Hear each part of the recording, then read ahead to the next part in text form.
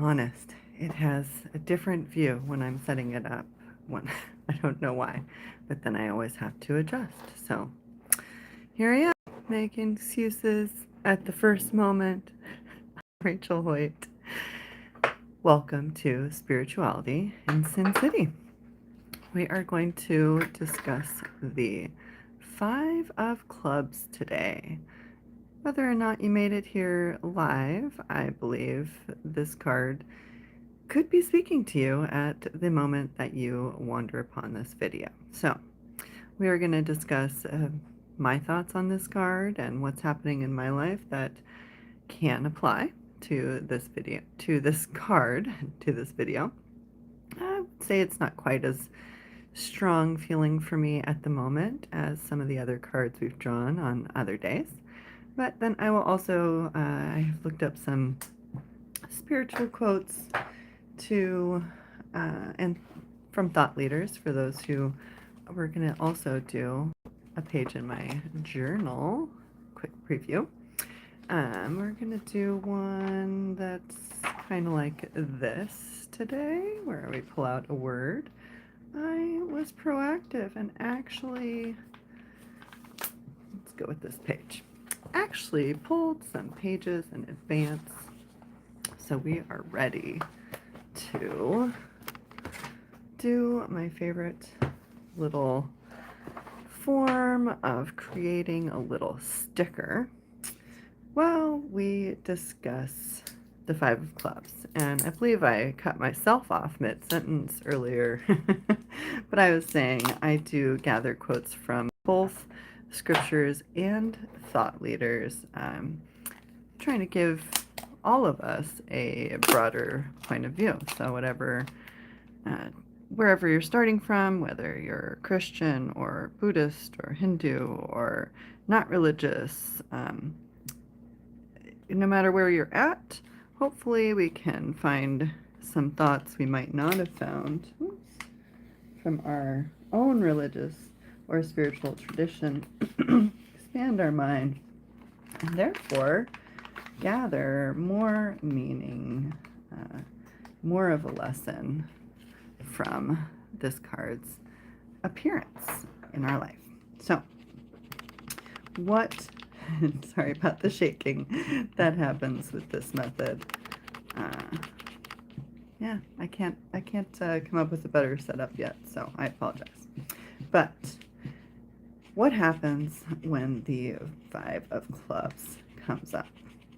Now, I say what happens, but something I forget to mention on many days is how I believe the cards speak, how to interpret them, and how much they can actually say. Which, yay, I did it well. Coincidentally, this card is a good time to talk about that, because my number one keyword normally with the Five of Clubs is pomposity. Getting boastful, pumped up is, probably the easiest for you to help remember the word and meaning of pomposity if you have not heard of that word before. But, pompous behaviors, boastful, bold, and egotistical a bit. And it's often done by someone who, I would say, has the right to boast or thinks they have the right to boast, depending on the case, but often has the quote-unquote right to boast. They have the skills to back up whatever they're bragging about, or, et cetera, et cetera. I'm going to pull some of this off so I can get the N closer to the E. Okay, so, yeah. Ooh, let's use poker players as an example. If you haven't seen my other videos, many of my long form and short form videos are about poker or intuition, which is how I believe you should interpret the true meaning of the cards. I think it's both situational, as in the the timing of when you see the card. Ooh, this one's coming off easy. And I did not really want the no. That's ironic though. Okay, I have to sidetrack. This is ironic because when I picked the N, I thought it would stand out nice and boldly in the word envy, and that would make it look like it was saying no, as in don't envy. And now I accidentally, without even trying, pulled the whole word no. So, what do you know? Yeah, and I don't think it's like coming off, you know. Normally I could try and pull a little bit of it. So, you know, I think we're gonna make a whole new word. I like the rough edges all the way across. I'm just trying to even that out right here. Oh, I love irony and intuition. It's almost like I manifested that on accident. And, well, let's see what happens. You know, I can stick this down in 2 goes. And kind of hide the word no. I think I'm going to do that. Because I do want it to say envy. And I will know that it's there. Yeah, I'm a funny girl. I like to do puns. So if you're on this channel, you're just going to have to deal with that. So back to the 5 of clubs. Here I am. Did you hear the pomposity in my voice just now? As I was like, you're going to have to deal with that. There's the energy. So to me, each card is simply telling you the energy of the moment. I'm looking for the card because I forgot to grab one in advance. Ooh, I think this is a fun one. Yay, golden nugget. So, cards, when we draw them, in my opinion, just represent a bit of the energy that is happening in the moment. And the reason that I am using poker hands to represent that is because, for one, yeah, that's where I started seeing them in the first place. I didn't believe in tarot, so to me it is meaningful that that is how I started seeing it, and there must be a reason why I started seeing that, because it felt fated. I'm not going to go too long into that story. Oops, at this moment, trying not to spill everything. So, but for another thing, when you're looking at a poker hand and you see, if you're trying to see the tarot meaning of the playing cards, as we're talking about, it's got to, if it's going to be real, it's got to apply to all of the people who are there. So the meaning can't be super specific, really, because it would not apply at that super specific level to all of the people that are in the poker hand. See what I mean? But it can, to a smaller degree, apply to all of the people. And all of their actions is usually how I see it. Yay! And, excuse me, by looking at it and watching the poker hands, it's easy to see that. It has to apply to everybody, or it doesn't apply at all. Am I right? So that is why. And what does that have to do with pomposity? Well, not tons. But okay, we're gonna try and take just this Y. what it has to do with pomposity is a lot of people think, I mean, I feel like it's every poker player, I'm speaking of myself, as well as all of the famous and not famous, just all of us want to feel that our way to play is the best way. People have been saying for a long time that GTO is the way to go. Sorry about that rhyme. I do love to rhyme, but I can't think of anything else right now. Ooh, yeah, I think that's gonna be good. But all of a sudden, I'm starting to see some people admit that they prefer intuition. That's 3 videos ago, I believe, on my channel. You can see a couple of people talking about how they prefer to play intuitively. And I hope to do another video soon with some other quotes I have. But, ooh, is it gonna even fit? I guess I have to cut it shorter and glue. So, excuse me. While I go like so. Concentrate for a moment. Oh, the Y is getting cut off a tiny bit. Close enough. Okay.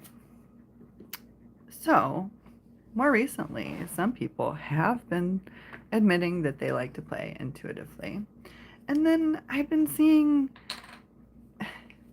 like, Phil Hellmuth had a post where he's, you know, essentially upset that people keep getting in the hand against him with hands that he does not feel should be in the hand. And he's not the only person who's been saying things like this, so I don't mean to say it is just him. I want to be clear that I've seen multiple people, many people saying things like this, and I was hearing it when I was in the poker world. I think it's very, very common that people are saying, you know, you shouldn't have even been in the hand, and, you know, the attitude behind it is that this should not happen. Like, when people are behind, they deserve to lose. You know, the person who has played the hand correctly deserves to win. There is envy of the underdog who outdrew them. And there's a lack of recognition that sometimes they are the underdog, especially if you're playing in the aggressive GTO style. A lot of those people play a wider range of hands and mix it up. Everyone is picking and choosing how to change up their playing style at the right time to make a move. We're gonna pull some of this because the idea is measuring up, if you haven't figured out where I'm going with this point yet. So what I want to know, or what I said back to on Helmuth's post, but what I wish I could hear from more poker players in general, I said, well, clearly I'm not a pro. I thought it's good when they call you with the worst of it, because Phil was saying, you know, he pushed all in first. I believe it was like the 4-bet all in, but you know, he pushed all in. He felt it should have pushed out this guy based on the hand that he was holding, but Duke called, and dude outdrew him and won. I can't remember turn or river, but doesn't matter so much as the scenario in general. And he feels he's justified to be upset. Similarly, I heard Daniel Negreanu talking about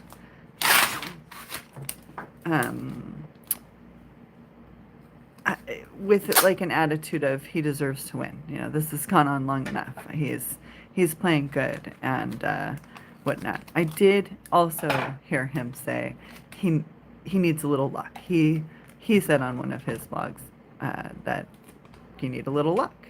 He didn't emphasize that point point too much, but at least he said it. And for me, I believe that's something, because in essence, that's what I believe these people are envying, is someone's luck.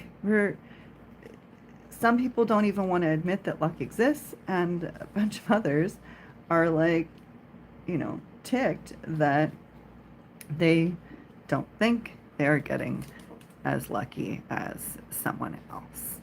But it's just luck. Whether you want to call it variance or luck, it happens. That's not the only kind of luck involved in poker. I have another video about that, and I'm working on a longer article about that. But when we're speaking of this envy scenario where dude called with the worst hand and outdrew me, and how could this happen? that is variance that we're talking about. So in essence, they are envying the fact that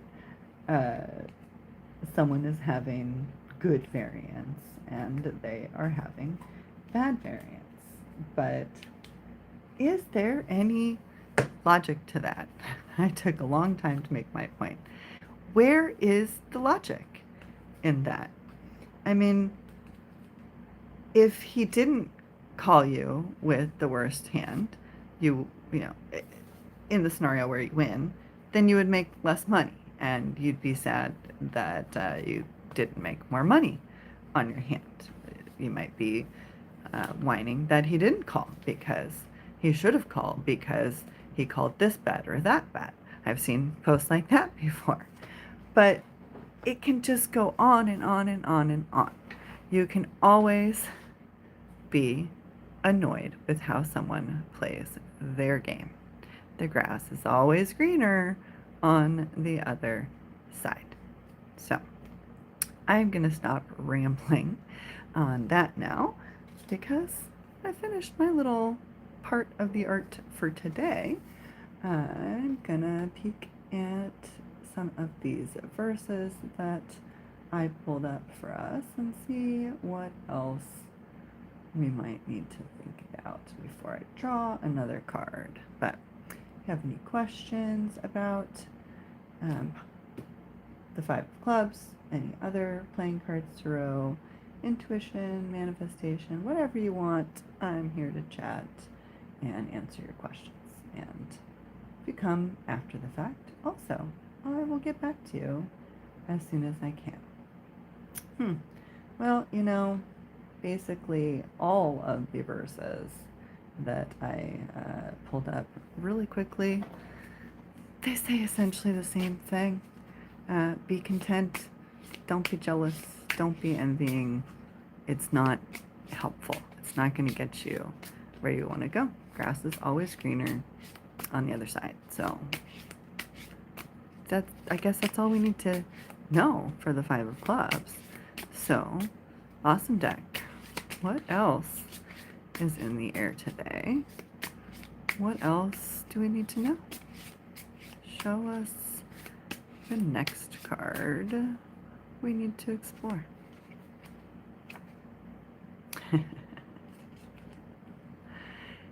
Hasty words. Actually, harsh truth is my #1 keyword with this card. I believe it came up, it did come up once already. And it can be a doozy. So stay safe out there. Watch your tongue. Be careful. And let well enough alone. And we'll discuss this card more tomorrow. Thanks so much for watching. Please do press like and subscribe and help me get these videos out in the algorithm. Hope to see you again soon, and have an awesome day.